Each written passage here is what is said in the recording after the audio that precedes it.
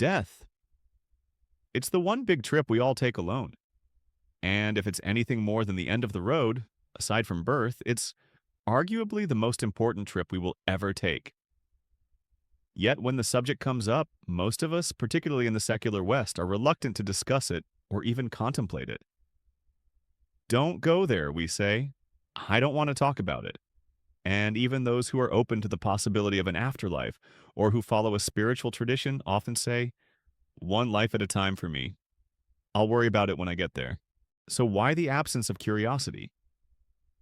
Could one reason be that in the Christian world, we have had 2,000 years of being told that we're going to a harp-playing heaven or an eternal, torturous hell for things we have or haven't believed or done?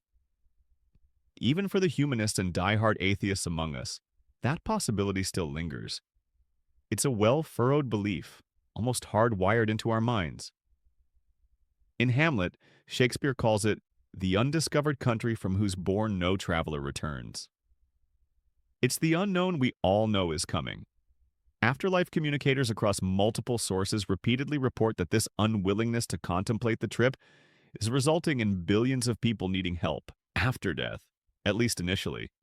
It's like showing up in an unknown country with no money, no baggage, no map, no phone, and not knowing the language. In Life Here and Hereafter, recorded by automatic writing medium Charlotte E. Dresser, a communicator said, "We know that materialism is leading many into habits of life and thought that will defer their awakening and advance here very seriously. This is not necessary for most of them, for they are not evil and in many cases not especially selfish. But the strong thought that they hold, that there is no future life, reacts upon them to such an extent that they fail to respond to the influences here after they arrive." In the book, Dresser mentions a man named Frank Chase. Frank had been dead for a number of years, and she was curious as to what had happened to him. She'd asked the circle operating spirit side about his whereabouts, but had heard nothing.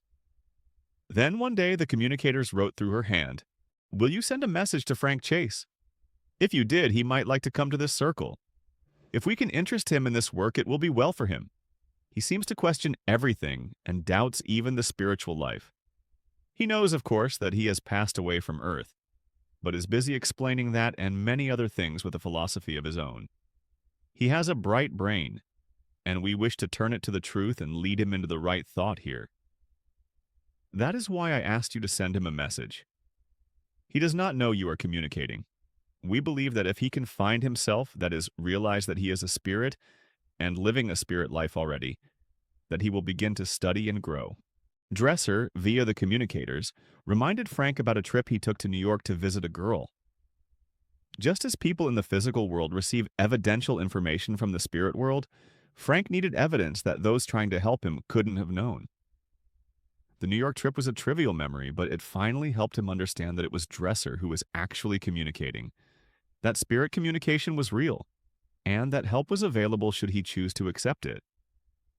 When asked how it was possible that Frank, reportedly a man of high ideals who was scientifically minded, had spent so long since his death unaware of his reality, they replied, "Try to think of yourself in a dream, a long dream, and everything happening in ways that are strange, yet you do not wonder about it.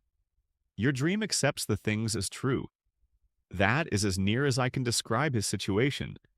When he first came, he was met by his father and sister, but they failed to reach his reasoning mind, and he has wandered on in this condition through all these years." In my book, No One's Dead, The Jesus Messages, I document a communication between James E. Paget, a Washington, D.C. attorney, and his college professor, Joseph Salyards, who died in 1885. In 1914, Paget began receiving messages from his wife, Helen, who had recently died, which led to thousands of communications during the next 9 years, including more than 100 purporting to be from Jesus. On February 25, 1915, Salyards communicated to Paget that he wanted to share his observations of people crossing over. "I have noticed that the spirit, when it first comes into this life, is very often in a condition of darkness, not realizing where it is or what its surroundings are. In many instances, it requires quite a long time for the spirit to realize that it is not still of earth." I attribute the first mentioned condition to be due to the fact that when on earth the mortal had no definite belief as to what the future life might be. In many instances, the mortal believed that the soul went into the grave with the body to await the great resurrection day. Some of your religious denominations are preaching that doctrine now. The consequence will be that all those who believe the doctrine will experience the condition of darkness and the want of knowledge of the continuity of life that I have spoken of. During a further dresser communication, she asked how many need help when they cross over.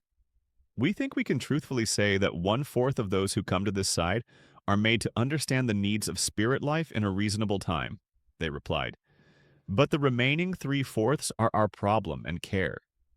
We do not mean that all of this large number are unable to advance, but that they are slow and sometimes very slow. We have many whom we seem unable to help at all. We do not know that it is impossible for them to advance, but we do know that many of them have made no advancement since we came, and we are told that some of them have been in this condition for centuries. If the communicators are correct and 75% of us are going to spend some time in darkness after death, it might be a good idea to at least be open to the idea that no one's dead and prepare for the trip. Jonathan Beecher is the author of No One's Dead, The Jesus Messages, published by White Crow Books. This article can also be found on Substack.